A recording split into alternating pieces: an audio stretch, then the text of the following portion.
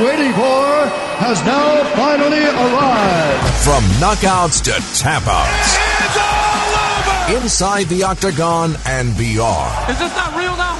Are we pretending? We're rich, baby. Break out the red panties. This is the MMA Report with John Pollock. Unbelievable! Here we go!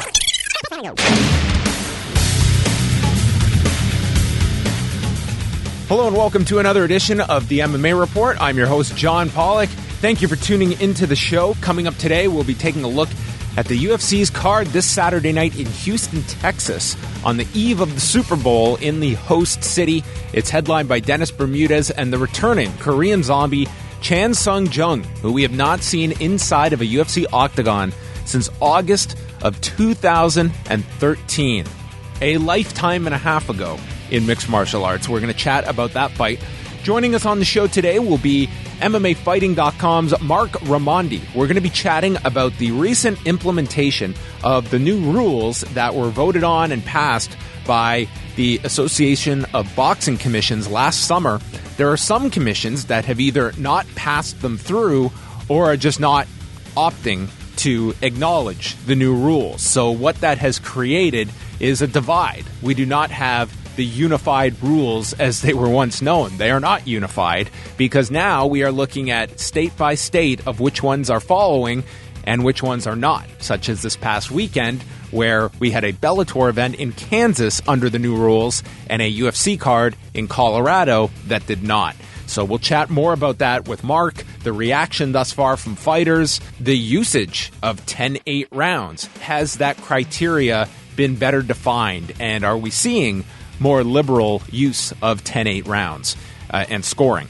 Plus, we're going to be joined by Jorge Barbosa. He is a producer at the Fight Network, and him and his team have been working on this great series called the Tristar Stories, and they have been coming out weekly at fightnetwork.com/TriStar. We're going to chat with George about the producing of these pieces, the various fighters that he interviewed for these pieces, and last week's episode, which was met with a lot of praise, a day in the life of Firas Zahabi. There's also a new episode out this week on Joanne Calderwood. So looking forward to chatting with George about that series and its development. But first, we will go through some of the news items from this past week. The UFC held their Fox event on Saturday night in Denver, Colorado. It was headlined by Valentina Shevchenko, who you heard on this show last week, submitting Juliana Pena in very impressive fashion after Juliana Pena worked and worked for this takedown and just muscled her down to the mat. And then from underneath, Valentina Shevchenko locked on an armbar. Later, she stated that she heard Pena's arm snap 3 different times, and Pena was forced to tap, and Valentina Shevchenko gets a huge victory. This win should put Shevchenko in line for a rematch with Amanda Nunes, who was there in Denver, came into the cage after the fight, and the two exchanged words. They fought last March at UFC 196. On that night, Amanda Nunes got the decision victory. But it's a fight that certainly they are going to tell the story that had that fight been a 5-round fight, would it have had a different outcome? Nunes clearly won the first and second rounds, a dominant second round, but then it was Shevchenko coming back in the third round, securing that round. And of course, that question has always been out there about Amanda Nunes and can she go for 5 rounds, and she may be tested in this next fight to go 20 plus minutes in that particular fight. So that could be our next championship fight at bantamweight, but you can never guarantee these things until the fight is actually signed and really until it's right about to happen. Jorge Masvidal had a big performance on Saturday, stopping the momentum of Donald Cerrone, who was red hot throughout 2016 since moving up to welterweight. 4 big wins last year. That came to a screeching halt here against Masvidal in a fight that Masvidal looked outstanding. The combination that dropped Cerrone at the end of the first round. Many a critic felt that this should have been the end of the fight. There was some controversy of whether Herb Dean was waving off the fight or just signaling the end of the round if he was a second too early in doing so. It was pretty evident that Donald Cerrone looked to be on another planet in between rounds. A doctor did come in to assess Donald Cerrone and made the call that Donald Cerrone can continue, and was just he was a lamb being led to slaughter in that second round, absorbed a bunch of knees from Jorge Masvidal, and then Masvidal finished him standing against the cage.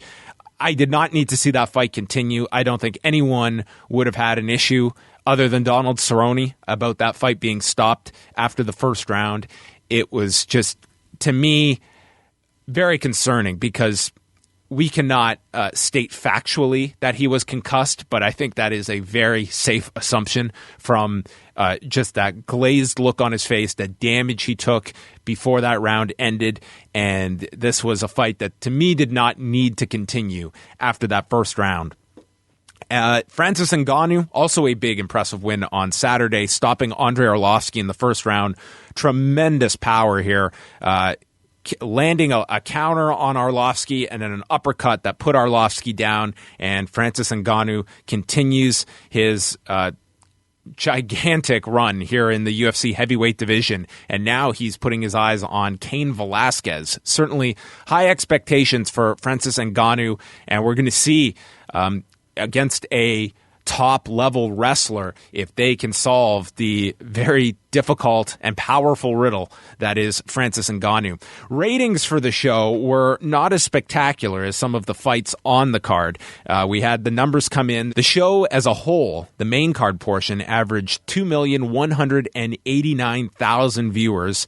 That's down from their last Fox card, which was back in December, which was the Sacramento card headlined by Michelle Waterson and Paige Van Zandt. That card did 3,178,000 viewers. The peak for this past weekend's card was the main event with 3,003,000 watching the Shevchenko-Pena fight, as compared to Waterson and Paige Van Zandt, which blew that out of the water with 4.8 million watching that main event. It also had the support in Sacramento with Sage Northcutt and Mickey Gall, as well as the retirement fight for Uriah Faber. So certainly bigger support on the December card, but nonetheless, this was still a Fox card that's happening in the middle of football season. Now, you didn't have a playoff game leading into this, but nonetheless, this was still at a time where there's a lot of viewers, a lot of sports fans watching Fox at this time where that promotion is evident. And this was a clear indication. Let's say this ended the streak of the women performing above heavily above expectations. When you look back at Holly Holm and Valentina Shevchenko last July, and then Waterson and Van Zandt back in December, this was one headlined by the women, probably for that reason, because of the success the women have had drawing on Fox, and this was a much lower number, the second lowest number they've ever done on Fox, the lowest being last August, which was the Anthony Pettis-Charles Oliveira fight that took place in Vancouver. Moving on, Rashad Evans is tabbed to fight Dan Kelly. That one is scheduled for UFC 209 in Las Vegas, Nevada, this coming courtesy of ESPN and later MMAfighting.com as well, confirming that fight. It's an odd fight for Rashad Evans against Dan Kelly. Not probably the most likely candidate you would suspect to be fighting Rashad Evans at 185 pounds. I don't know how much interest there was when this fight was announced. It was kind of met with the same reaction. I would compare it to Jacare and Tim Boetsch, where you have a guy that is of large interest to the audience against an opponent that is, granted tough in the cases of Tim Boetsch and Dan Kelly, but not the most obvious opponent, I would say, for Rashad Evans coming back. But it appears that whatever issues he had with his MRI in the state of New York, which also took him off the Toronto card when the Ontario Athletic Commission made that ruling, it looks like those problems are behind him, and Nevada is at least willing to allow Rashad Evans to compete on March the 4th at UFC 209. Dana White did a very big interview on the Unfiltered podcast that the UFC puts out with Matt Serra and Jim Norton. Among the highlights of this interview, he stated that if he had to say one way or another about Ronda Rousey, he didn't state this as fact, just his opinion, that Ronda Rousey is probably done with fighting, which I don't think would come as a shock to anyone, but it does give you the most factual statement thus far in terms of somebody that would have that connection to Ronda Rousey that would be sharing their thoughts on it. I mean, that Rousey camp has been very quiet about what is next for her, what her status is. So if this is in fact the end of Ronda Rousey, that does spell a very interesting year for the UFC in 2017, coming off a record-setting year on pay-per-view. He also mentioned in that interview that Jon Jones will likely fight for the light heavyweight title when he comes back, which is a reversal of what he had said prior about not having the faith to put Jon Jones in a headline position. Jon Jones will be allowed to come back this coming July and would be available just in time for the International Fight Week card, if that were to be the card that you would target a Jon Jones return for. Now, it gets trickier when you have Daniel Cormier and Anthony Johnson slated for April the 8th. Could they do that turnaround and come back in July? Maybe they could, maybe not. It would depend on a lot of factors, both men, or the winner, I should say, being healthy coming out of that fight in Buffalo in April. But from the one side of things, there is zero argument that from a merit standpoint, there is no other light heavyweight that should be fighting for that title than Jon Jones. However, the track record severely hampers that argument if you are going to put all of your resources into Jon Jones, much like they did ahead of UFC 200, and how that I won't say backfired, because that is a show that still did perform well because of the lineup they had for it, but that was still a blow to that card, losing Jon Jones just a few days prior, and then Anderson Silva stepping in for a non-title fight with Daniel Cormier at 205 pounds. But when you get outside of Jon Jones, I mean, who are you looking at as the next viable contender at 205 pounds? I'll tell you who is one person that people would say probably not in his next fight or two, but at some point could be in that discussion, is Misha Cirkunov, who, along with Lorenz Larkin and Rick Story, were removed from the UFC rankings this past week. Mike Bond noting that their contracts have expired, and that's the reason. Misha Cirkunov just ended his contract with the UFC after his win back in December at UFC 206. Rick Story hadn't really been up to date on what his contract status was. Lorenz Larkin was the one everyone was aware of, that he is a free agent, and whether this is a sign of these guys leaving or not, I wouldn't jump to that conclusion. I would say that Lorenz Larkin is someone that you certainly would not be stunned to see end up in Bellator. Misha Cirkunov is someone I feel the UFC should go out of their way to lock down. And that division at 205 pounds hardly has the depth of other weight classes. You're starting to see some light heavyweights percolate, but amongst those possible contenders, I see Misha Cirkunov at the top of that list. And in fact, when he made that challenge to Mauricio Shogun Rua, I thought that was the fight to make. Instead, they booked Shogun in another fight. He's going to be fighting in Brazil. And to me, and taking on someone in Jean Vellante, Jean Vellante is not a guy that I feel you are going to ever see ascend to that championship level.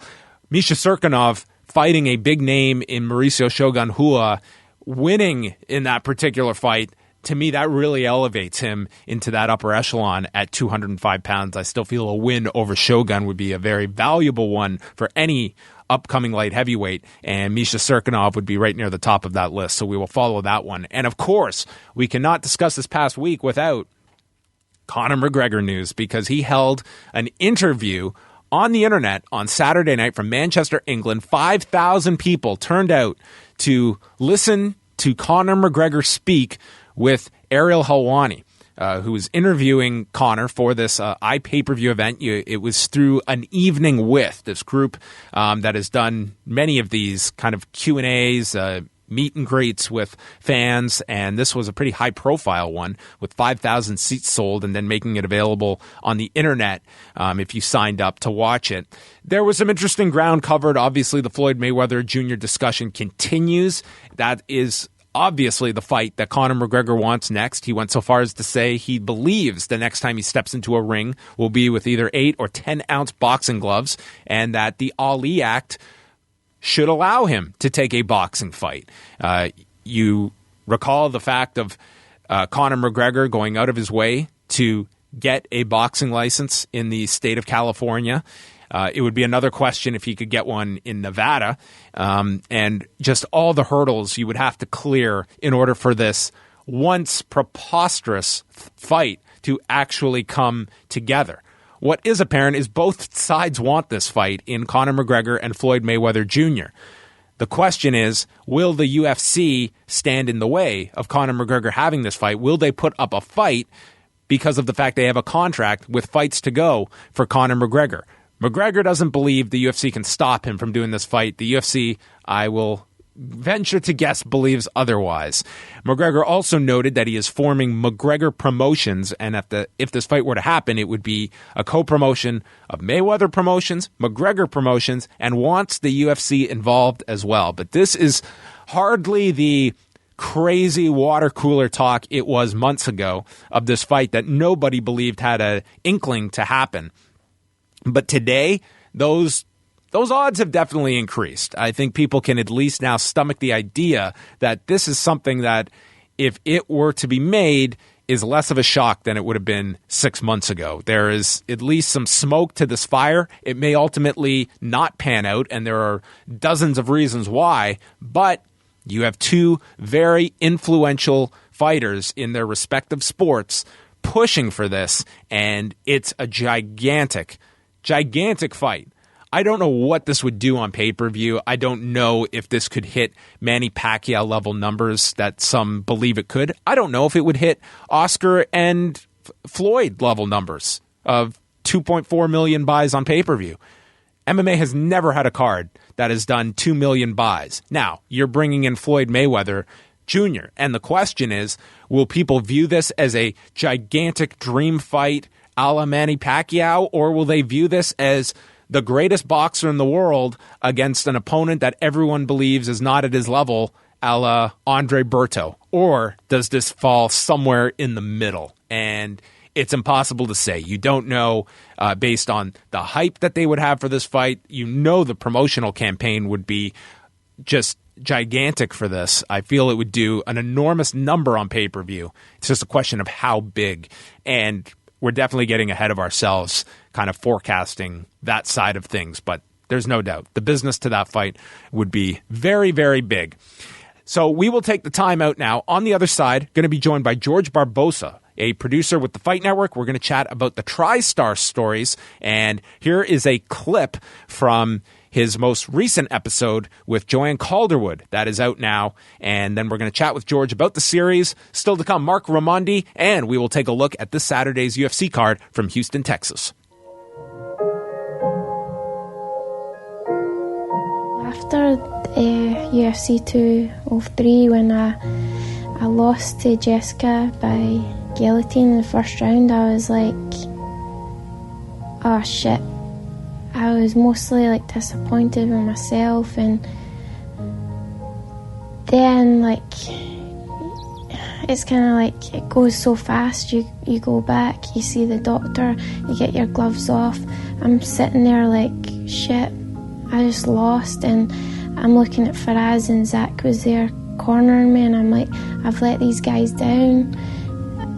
This was my second fight for Tristar, and thinking about everyone that helped me. And then I was crying, and they want to like take pictures of you and do all this shit, and I'm just like, man, I just want to be with Firas and apologise and like be like sorry. But you know what?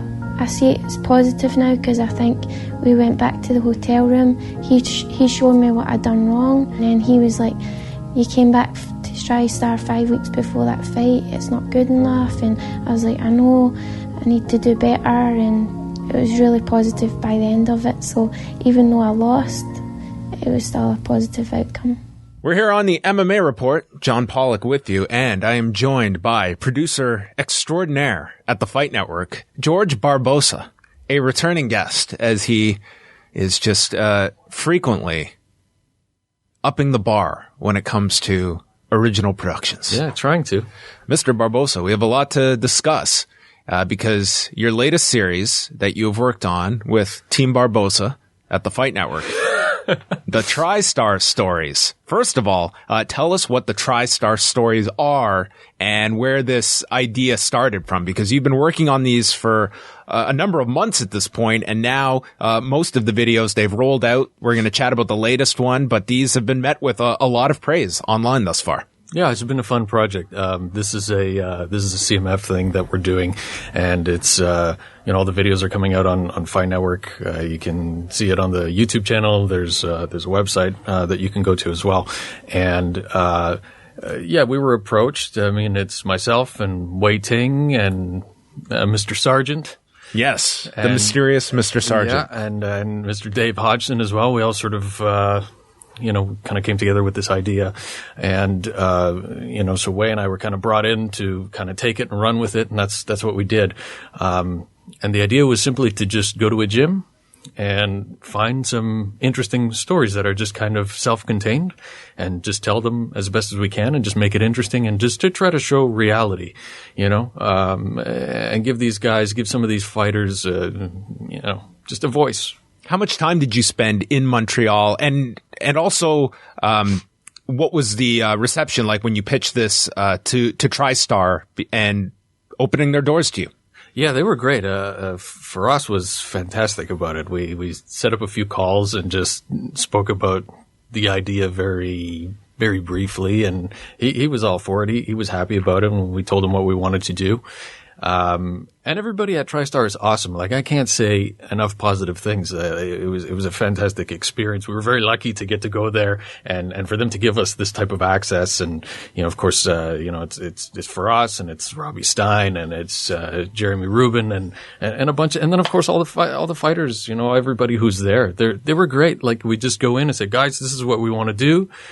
And everybody was cool. Like, it was an experience for us that was, I can't say enough positive things about it. And we spent, there were 2 trips. Mm-hmm. In the initial trip, we were there for 4 days. I did a bunch of the interviews. Wei and I are blocking shots, figuring everything out, just setting up interesting shots to try to make it look really cool, try to make it almost like they're short films. That was sort of the goal. And just to, treat it with respect, and hopefully that comes across. And then on the second trip, it was just more of the same. Mm-hmm. It's interesting when you see a production like this, and sometimes we take it for granted, where you're watching the sport that here we have the biggest promotion in the UFC that was just sold for $4 billion, and yet you have this ability to follow some of these athletes, many of which are in the UFC, and you can just have this access to go in and follow them around. Like, you could not do this with the Toronto Raptors or the Toronto Maple Leafs, where you simply just say, hey, we're coming down to the practice facility for 4 days, and we're going to follow the Maple Leafs around with cameras. I mean, that just wouldn't happen. And in mixed martial arts, there's still that kind of grassroots mentality where something like that, it's great promotion for their gym, and fighters by and large are an extremely open bunch that have these really unique stories, and they're not shy to share them. Yeah. I think if you go in and you're just very honest and open about what you're trying to do, in my experience anyway, this is what I've always done. Just talk to them, and they're regular people a lot of the time, and they just, this is what they do. It's amazing what they do. Like, there's a lot of work. And of course, yes, everybody knows that. You can see, obviously, it's difficult to see it, and, it's difficult to train. It's difficult to do all these things, and they do a lot of sacrifices. But when you're there and you actually get to see it, and you can show that, and when the fighters are okay with you showing that, it's fantastic. Were you met with any hesitancy by any of the fighters? No. Was there any adjustment period? No. It was, I was blown away at how easy this was. In terms of just going in and saying, okay, we're going to have these cameras here, and we're just going to be a fly on the wall, and you guys do your thing. If there's something you don't like, or, I'm very open about that kind of thing, because you don't want to upset anybody. You want to keep going back and keep doing interesting stories. In a lot of ways, they're like your colleagues at work, these guys, so why would you want to trash anything? Of course, that's you don't want to do this, that kind of thing.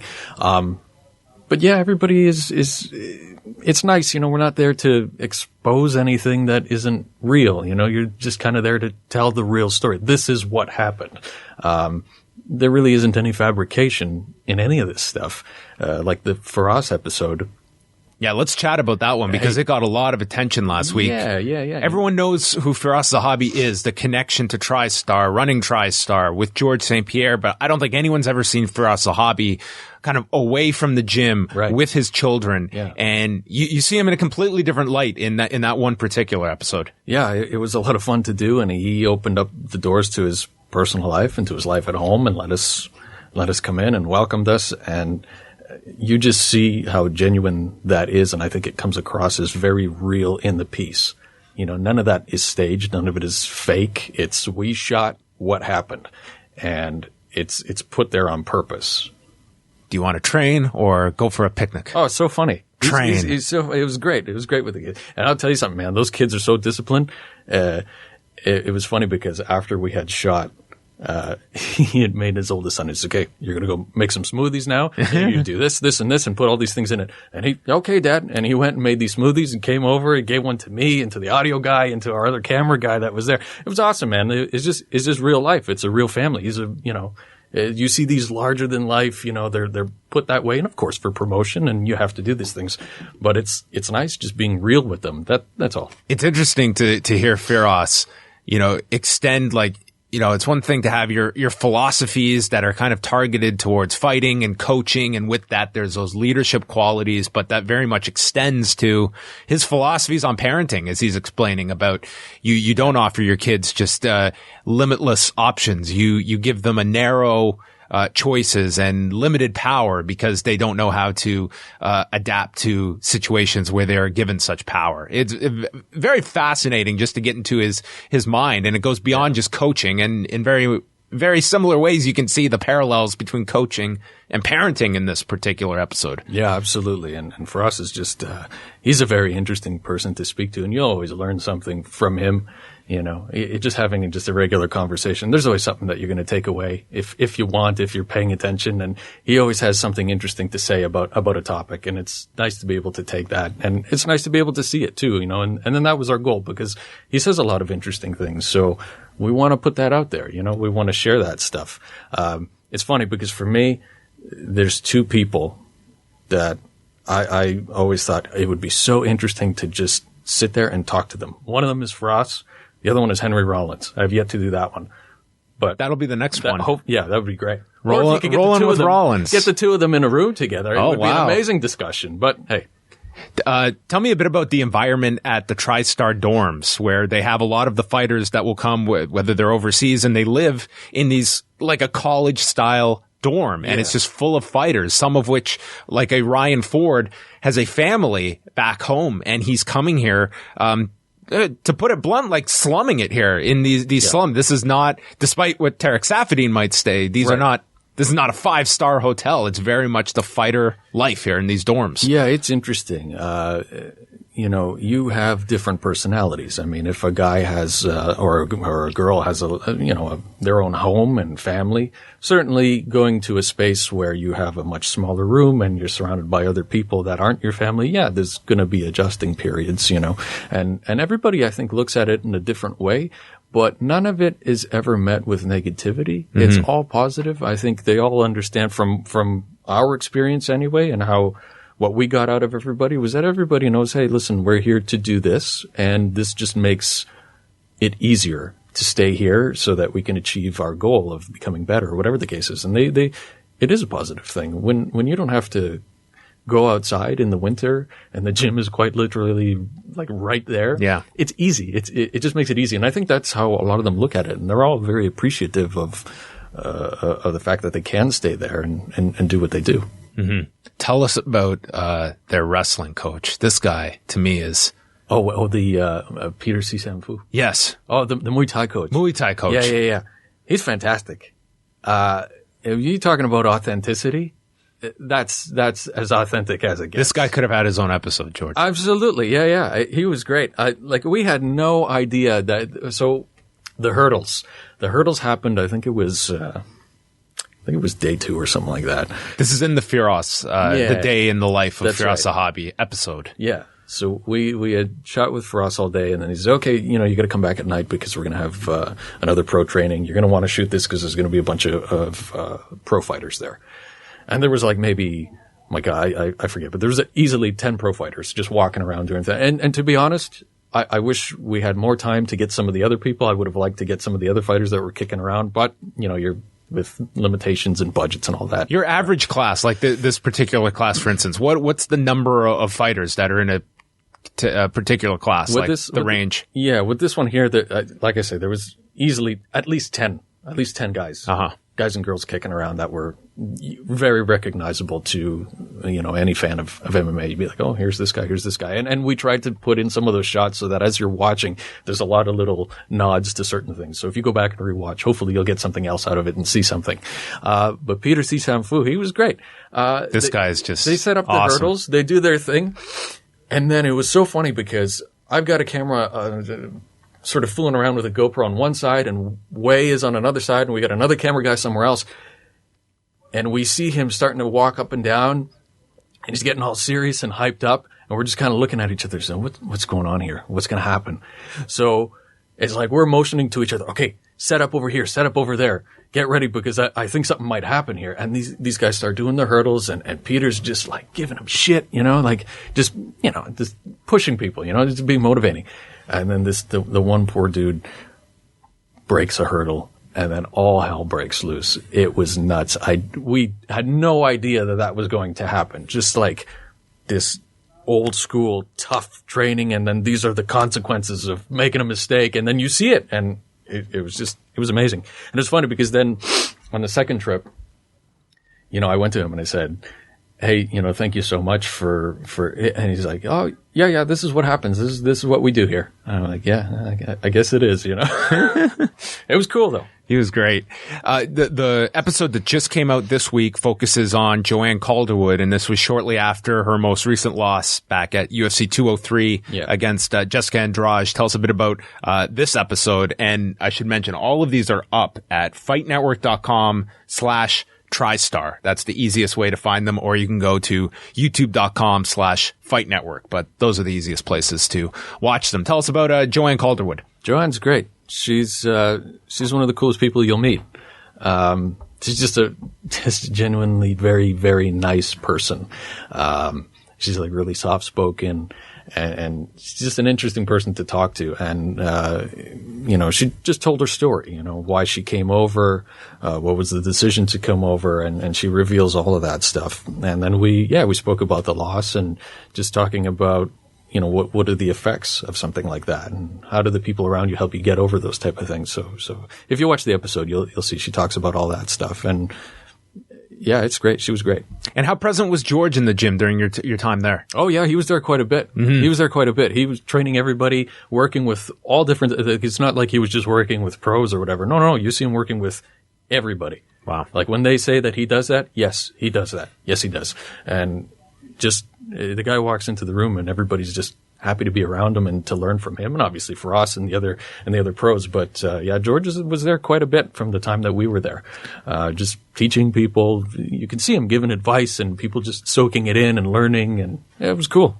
Now, when all is said and done, how many episodes will there be, and what is still to come? So there's going to be 12 in total. We'll be releasing an episode every week until we're done. We're almost at the end of releasing the episodes, and then we're going to do just some extras, just some extra things that didn't make some of the episodes, not because it wasn't good, but just because hey, it didn't necessarily fit what we were trying to tell. But there's some cool stuff coming as well in the extras. You'll see just some moments from training, just so that you could see what it's actually like and get a feel for what the atmosphere is like in there. There'll be more interview clips that go up that we couldn't necessarily fit into all the pieces. My God, we spoke to the Firas interview was like maybe like an hour and 20 minutes. Like it was a long one. He was great, and he was just, very willing to just sit there and talk about whatever. So that was awesome. So there'll be a lot of like interesting little side notes and topics that we touch on that we'll just take them and put them up. from Eamon as well. Eamon Zahabi, his brother. He's an awesome dude too. Who will be fighting later this month. He'll be fighting later this month, and he's a great guy. He was great too because he showed us his apartment. He's got a different setup. It's awesome. He's got a killer espresso machine too. Oh wow! Yeah, maybe next time. All the goods. Last question? Was there that one interview subject that you walked away really impressed with that maybe you didn't have much of an opinion of prior, and the interview really opened your eyes to that one particular guy? Yeah, I thought the one episode that did that was actually Tarek Safadin's. Yeah. Going in, we didn't know much about the family situation, and he opened up about that, and that was very cool. And he shared a lot of pictures with us, and he said, yeah, you go ahead, tell your story, do what you have to do. He was great, and he was actually one of the guys when we went back, we did an update because we had done it, he was supposed to fight Matt Brown, and then things That's changed, right. Yep. So we had gone back just to sort of update the episode, and we did the same thing for Zach Makovsky, and he's great too. But yeah, Tarek's episode I was really happy with, and I didn't know it was going to go that way. And sometimes when you're doing these things, that happens. You go in thinking, okay, it's going to be this, and things change, so you adapt, and a lot of the times they get better, and that's what happened there. Well, it's a great series. I definitely recommend you go check it out. You can go to fightnetwork.com/TriStar. George and the team did a fantastic job. We will take the break, and when we come back, we're going to be joined by Marc Raimondi from MMAfighting.com. We're going to be chatting about the recent rule changes that have been implemented and which commissions are not acknowledging, or at least not yet, following the new rule set when we come back on the MMA Report. Of course, the other big one is the removal of the foul for heel strikes to the kidneys. Why was that a foul initially? Because I know you were there when the rules were written, and why now has it been removed? Okay, the whole reason it was put in is we have people that are sitting there making decisions about a sport that they have no idea about. And they're trying to utilize, back in 2001, boxing is what they understood. And in boxing, we cut a fighter along that line and at the hip line, and kidney punches. No kidney strikes is part of boxing. MMA is a 360-degree sport. The funny part is you have people sitting there saying, oh, they've made it more dangerous. I've heard the different people from different commissions saying, oh, it's a horrible thing. Mark, we were always, as an MMA fighter, allowed to punch that kidney as hard as I could. Okay, that was legal. I was always allowed to knee it as many times as I wanted. That's legal.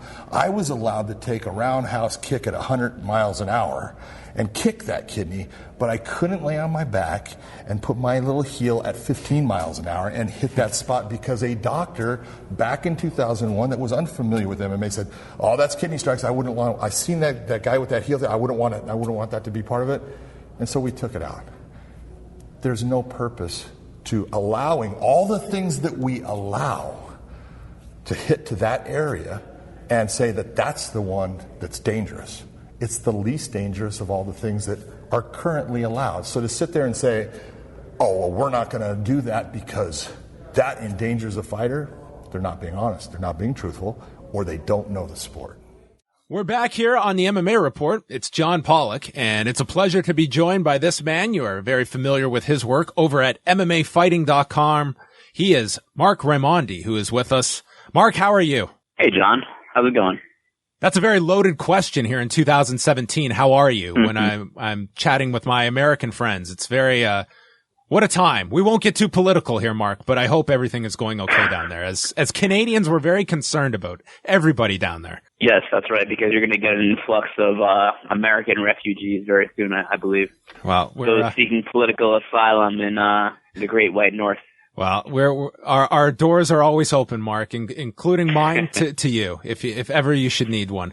But we're going to chat about what I have found to be really intriguing over this past month. We're now a couple of shows in since the new rules, which were passed last summer by the ABC, have been implemented, and just having now a number of shows to look at how they have been utilized on these shows, Mark. What would you say have been some of your impressions thus far, and how people are adapting to the new rules? Maybe just starting with 10-8. Are you sensing judges having more of an understanding now, and you're seeing that adjustment, or are we still at the early stages of that? I think even going back to last year, John, we saw more and more 10-8.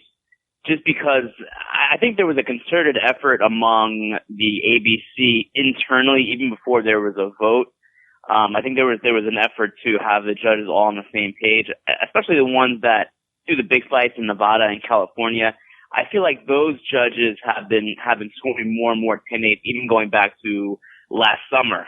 Now, the states that did not adopt these new rules, you may see less 10-8s. You may see less of them because they're not, I mean, I guess compliant with the unified rules anymore. It's a very strange thing. And you have to really wonder, are those judges the ones that are only, scoring fights in certain jurisdictions, like Colorado, for instance, or, Pennsylvania or wherever, wherever the rules are not. Pennsylvania does have the new rules, but I'm choosing states as examples. Are they going to the ABC training courses, and are they getting the knowledge, that should be imparted on every judge? That really is the big question. Yeah, and maybe you can just bring everyone up to speed. For those, I think most people are aware of the rule changes and the implementation, but I don't know how many people are familiar with the fact that there are these commissions that are not abiding by these new rule sets. How have we gotten to this situation? Because it's really bizarre when you're watching a Bellator card on one night, UFC the next night, and you're watching it essentially with different rule sets. A 10-8 one night is not a 10-8 24 hours later. Right. And also the in-cage rules as well. Yeah. As far as the judging goes, as far as the scoring goes, the change in the language was really more to just make it clear to everyone, judges, fans, fighters included. The language has changed, but how it's supposed to be applied has not necessarily changed. It's still kind of the same rules. It's just a little bit clearer to read and understand now. So in essence, it really should be no different. But again, if you're not interpreting it the way that the ABC wants you to interpret, you may not come up with as many 10-8s. You may not come up with, damage before volume, damage before, control and that kind of stuff. So that is a concern when the UFC and Bellator, go to these other states that have not adopted the new rules, like Missouri and Ohio, and Maryland, and then there are a number, Colorado, UFC was just in Colorado last weekend. There are many of them now who have not adopted the new rules. If you're asking me how it got here, it's complicated because many of those states are saying that there are two rules in particular that they don't like. The new grounded fighter definition, which is essentially, the old rule was anything but the soles of your feet. If anything else for the soles of your feet is on the floor, then you are grounded. So it could be an elbow, it could be a finger, it could be your butt, it could be a knee, anything but the soles of your feet. There's a lot of actually misconceptions, John, about that. A lot of people say 3 points of contact. That's not true. That's never been the rule. I don't know where that came from. I feel like maybe someone was trying to explain it one day and said that, and it kind of caught on. Mm-hmm. But 3 points of contact was never the rule, and that led to a lot of confusion in that Tim Means Alex Oliveira fight last month, where he didn't see 3 points of contact for Alex Oliveira, so he attacked to the head with the knee. That's never been the rule, and he was correctly, fouled for that, and it ended up being a no contest. So the old rule was anything but the soles of your feet on the ground, you were grounded. Now the rule has been amended to anything but the soles of your feet, but you cannot just have one hand down. It has to be both hands, fists, or palms. Yeah. And people in those jurisdictions who have not adopted the new rules are saying could lead to more head strikes to fighters, whereas the people who are in favor of this rule are saying that fighters won't get themselves in that one hand on the ground position anymore if they know that it's no longer allowed as far as being grounded. So, I mean, to a large amount of the audience, they have come up at a time where the unified rules have been in place. So this is the first significant departure from that, where we do have this fracturing. Is this something you feel there's a solution that can be met with these commissions, or is there such a defiance that this could be the reality for mixed martial arts, is that certain states are just not going to acknowledge these new rules, and this is how we're going to progress for the time being? It seems like, at least for the foreseeable future, there's going to be that splintering. There's going to be differences from state to state, and it hasn't quite manifested itself. It is early, so we haven't seen any of those new rules necessarily in the cage. At least right now. I mean, we're only in February now, so I think we will see it this year. There will be a few cases where in a state that has the new rules, you'll see, possibly a grounded fighter confusion, because of the new rules. I think that it really is a concern, for fighters because, you have to know. You shouldn't be in a position where there's a fighter in front of you, your opponent's in front of you, and you're wondering like, well, can I kick him to the head now? What state am I in? Like that should never be a thing, in a fight for a fighter. Will it continue this way forever? I don't know. Andy Foster, the California State Athletic Commission executive officer, is confident that in time, once everyone else kind of sees that these are not really unsafe and these are not really bad for fighter safety, that they will eventually adopt. But I don't know how long that could take. That could take 2, 3, 4 years. Who knows? There's a bit of a splintering in the ABC itself, where there's kind of a new ABC kind of being started separate from the old one, which is a whole different story. But that could also be an issue with this. Yeah, like I understand the argument that people are going to have that these athletes, this is your job, you have to know the rules. At the same time, it's when you're fighting in one state for a fight and 3 months later in another, and I mean, we know this, Mark, there's so much that happens in that cage that it's instinctual based on what you have drilled and all the practice. It's almost like you are going in there and you are leaving a lot to just basic instinct. It's seconds that can be the difference between a fight ending or not. That I do have sympathy for the fighters, that the one guy that knees someone that is a grounded opponent here, but wasn't in my last fight. I think that that is a tough predicament that I don't know how many fighters will get sympathy when that first example is there, a glaring one. Absolutely. I think that is the biggest thing. It's like, yeah, as fans and as observers like we are, it's confusing and annoying for us, but for fighters, this is, I mean, it could be the difference between a win and a loss. Sure. A disqualification is a loss, no win bonus, even a no contest is you don't get your win bonus. It's a big deal. And wins and losses are really paramount in this sport because that sets you up for your next fight. If you win, you get a bigger name, high profile opponent, possibly more money in the future. If you lose, you're back to the drawing board. So it's really important that I think that the rules remain unified. Now, I think that everyone needs to get together in the ABC. I know there is some division there, but I mean, if everyone in the ABC says that they're about the fighters, the fighters first, fighters' health and safety, that's what the commission is there for, all the commissions across the country and in Canada. And if that really is the number one priority, then they need to come together and get these things unified again and come to some kind of a compromise. Some of those states didn't come to the ABC conference, didn't even vote. The votes to approve the new rules were it was a landslide. It was I think it was like 47 or 49-1 with New Jersey the only dissenter because states like Ohio and Missouri didn't come.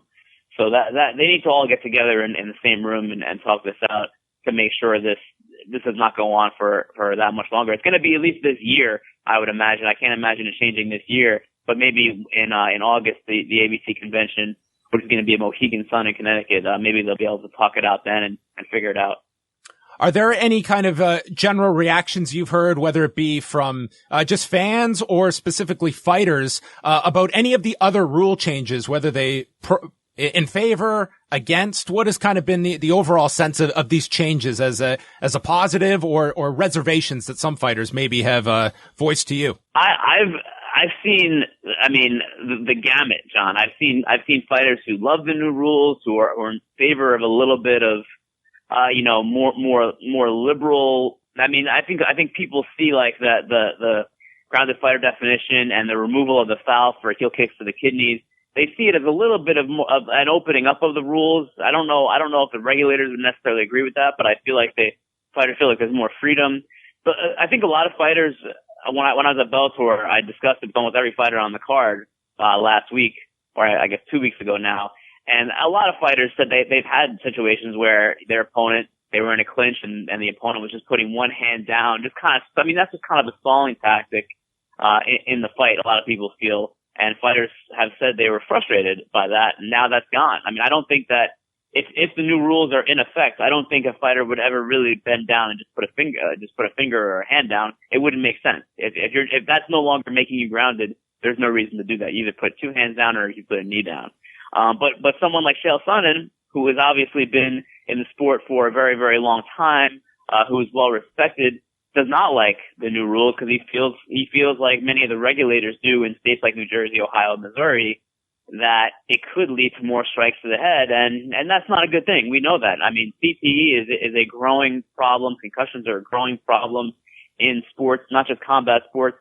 And the thought of even, I mean, covertly adding possible knees to the head or kicks to the head is kind of an issue. I can understand why people would be squeamish about that. And then I've also spoken to a lot of fighters, and I would maybe even say the majority don't even care about the rules. They just fight. They let their coaches worry about the rules, you know, in practice and in training. And when the fight is on, it's a fight, and they don't really pay much mind to what the rule is. They're just they're in a fight. You know, I mean, the adrenaline is going. They're not necessarily thinking, oh, am I grounded? Am I, you know, they don't necessarily think about any of that stuff. So I've seen a bunch of different reactions, but the one constant I think, John, is that everyone wants the rules to be the same everywhere. I don't think anyone wants different rules in different jurisdictions because it's just MMA is confusing enough. Let's be honest. There are a lot of strange things about MMA that are different than many other sports, and we don't want to add an even more confusing thing to it. Yeah, I think everyone's in agreement on that. And I don't know if this is going to be a major issue in 2017, but I think it's really significant. And I do want to see this rectified. And I don't necessarily have that sense that these commissions are all going to suddenly sit down and hammer out some compromise, because history has shown us that compromise doesn't typically come out of these situations. It's hard too, because there are some states who are actually trying to get these passed, but it's not easy to do. Every state has different rules. Every commission has different rules, and some states are having just a hard time getting them passed. Let alone, you know, some of them are in favor of the new rules, but just for whatever reason, their commission can't meet in time. I mean, Texas is voting on the new rules in March, so they weren't able to even vote on the new rules yet until March. So the UFC show this weekend in Houston will have the old rules because they haven't voted on the new rules yet. And some states make it a requirement that it has to become part of like the state's actual law, and which has to go through, you know, the bureaucracy. It has to go through politicians and the state legislator, which makes it even more difficult. So every state, every commission has its own issues, and I think that's probably why in the past there has been hesitance to make any sweeping rules to the unified rules, any sweeping changes, I should say, to the unified rules, because there are varying degrees of difficulties among the commissions to actually get these rules passed, and no one really wants a splintered, confusing, different rules and different commission type thing. No one really wants that, but that's what we're looking at, I guess, right now. I know this will sound much more easier said than done, but would you be in favor of just a federal oversight where this could be just legislated to all of these commissions, where you had one uniform body that oversees mixed martial arts in these states? Obviously that would take a lot to process and get to, but the idea of it, Mark, would you be in favor of that? Are there negatives to that? I would be in favor of something like that. I think that there are issues, you know, in a number of ways about, you know, the state by state, commission by commission construction. I don't know how, cause I mean, for people who don't know, the ABC is kind of like, it's an overseeing body. It's more of a handshake agreement. The ABC cannot enforce any of these things. It's just, you know, it's really just, an association that lacks teeth. I mean, I think a lot of people would agree with that. I don't know what they could do, because it would get complicated, because Canada is also included in this. So it wouldn't be just a federal, you know, United States commission. You'd have to bring in the Canadian commissions, and there are a number of them that are influential. I have a ton of pull up here, Mark, I will say. So I mean, well, maybe if you can pull some strings, you know, we can get it going. But I do think so. I mean, I think it'll be better for the fighters. I really do. I just feel like it could be a massive undertaking, because I think that it would be in the United States, we have a lot of people really like their states' rights, and they really believe in states having, you know, the say over the federal government in certain cases, and it could end up being one of those battles. So I don't know. I don't see that happening. I think would it be better for the sport? Yeah, because, you know, the NFL has one rules committee. You know, they have one body that organizes the rules. NBA, same thing. Every sport has essentially the same thing.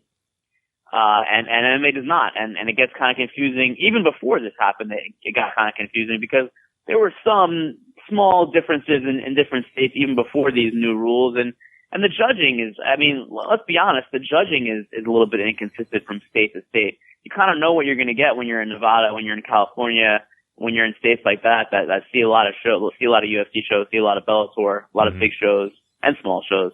And when UFC goes elsewhere, you're not quite as sure. You're getting these judges that you've never heard of, and you're not sure, you know, who these people are. And then you see some weird scores, and you're like, what is going on here? So for a number of reasons, it would be a good thing. I just don't know if it could happen. Last thing, I just want to go back to Saturday's fight with Jorge Masvidal and Donald Cerrone, and what your reaction was watching the fight in between rounds 1 and 2, because I thought it was insanity that Donald Cerrone came out for that second round, and it just feels that more and more it is so ingrained in mixed martial arts that we don't have this culture of a corner saying their fighter is not answering the bell. It's a unicorn that occurs in this sport. And I just couldn't imagine watching this, that Donald Cerrone was going to continue in this fight. Maybe I'm being a little alarmist here, but I just thought it was insanity that this guy came out for that second round. Yeah, I don't disagree. First of all, I thought the fight should have been stopped by Herb Dean. I think, I'm not really sure. I haven't spoken to Herb about this, but I believe he was waving the fight off. And it was before the bell. I think he might have said in an interview that he didn't hear the bell, but that doesn't really matter because the referee, not the bell, is the one who stops the round and who stops the fight. So it looked to me like he was giving the signal, waving his hands over his head as if the fight was over via finish, not that the round was over. But of course, Cerrone did go back to the corner and the fight continued. I'm not exactly sure what happened there. I thought the fight should have been over. It seemed to me like a TKO. I mean, Cerrone was not in a good place going to the corner. And then the whole throwing in the towel thing, it's a very strange thing because I think that, like you said, the culture in the sport is one of just incredible toughness. It's just one of going out on your shield, and it's admirable in many ways, but it's also, it could be to the deterrent of fighters' health. On the other hand, the thing with MMA is that there's a win bonus involved. So I think it's very difficult for coaches and for athletes to want to concede a fight that, even if there's very, very little chance they can win, there's half your paycheck on the line. So I think that's part of the reason why fighters don't throw in the towel, because, or I should say corners don't throw in the towel, because you can still hit a knockout blow in that next round and end up with double your money. I think it's kind of gambling. I think in many ways it's gambling with health. And there's also a whole thing with, is throwing in the towel legal? I think a lot of people are confused about that. I don't know if corners even know if throwing in the towel is legal or not. It is. It is absolutely legal in just about every state except for Nevada.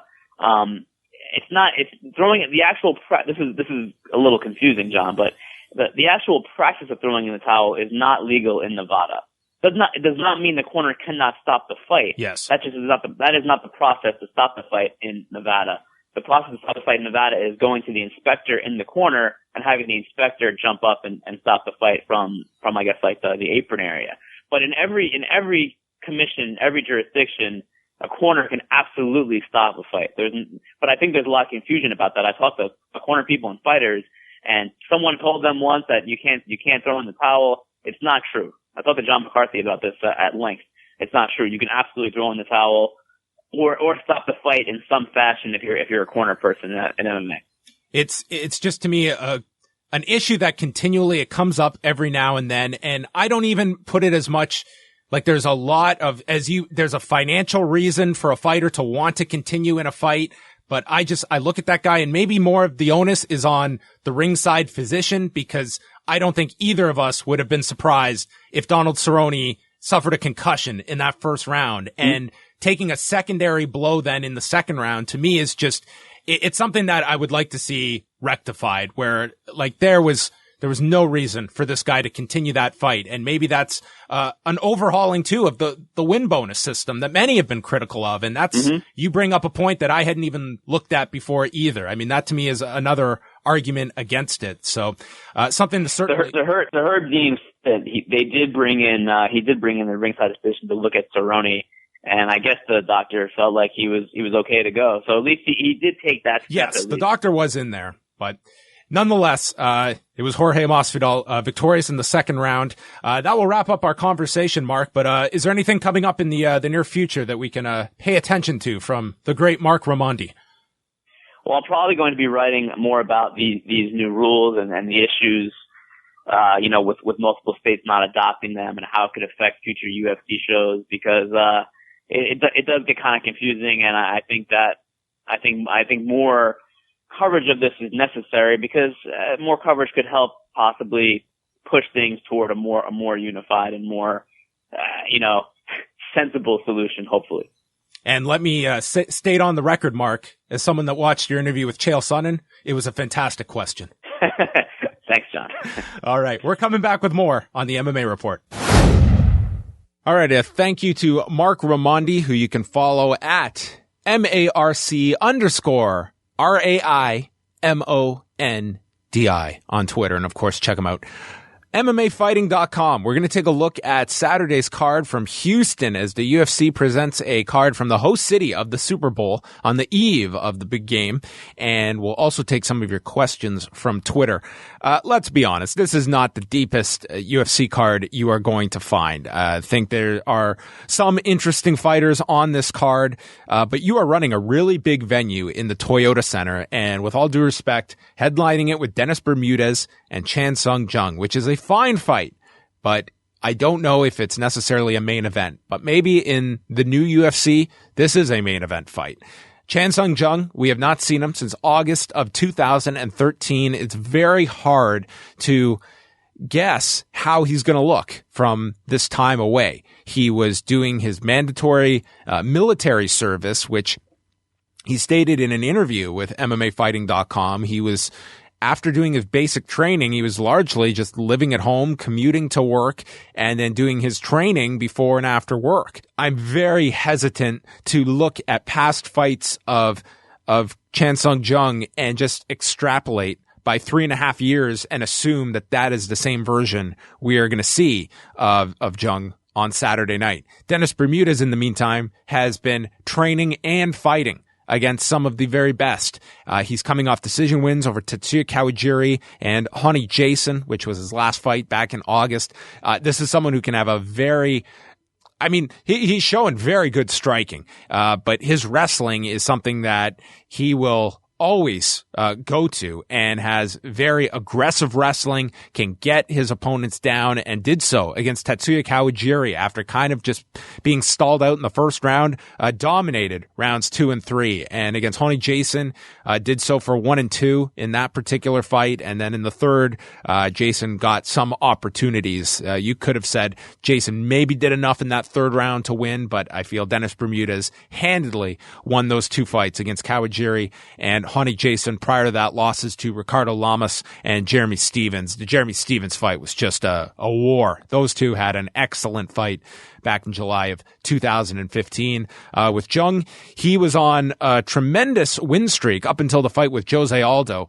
Everyone recalls his 2 fights with Leonard Garcia, well remembered for different reasons. The first one back in 2010 was a fight that aired on Spike right before the first ever WEC pay-per-view and was many people's fight of the year for 2010. The rematch ended up with the first ever twister submission in UFC history.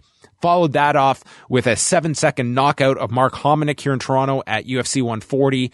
Stopped Dustin Poirier, and then got his championship opportunity in August of 2013, dislocated his shoulder in that fight, and was stopped in the 4th round by the featherweight champion, Jose Aldo. So that is kind of what we look at here. This is a very difficult fight to handicap. I'm picking Dennis Bermudez because I feel that his wrestling will be certainly on display here, and I think that it is going to force Sung Jung to answer a lot of questions that we have about where his game is 3.5 years later. How effective is simply training and staying in shape during a 3.5 year layoff? There's some who will benefit from time away. I would say 3.5 years, that might be too much in terms of real competition that Dennis Bermudez has been having in that time frame. It's also a 5-round fight. How well prepared will Sung Jung be for a 25-minute fight? I think it very much may have benefited him to come back with a 3-round fight, and Dennis Bermudez is no joke at featherweight. We're going to see very quickly what kind of level Sung Jung is still at or where he is now. Alexa Grasso taking on Felice Herrig.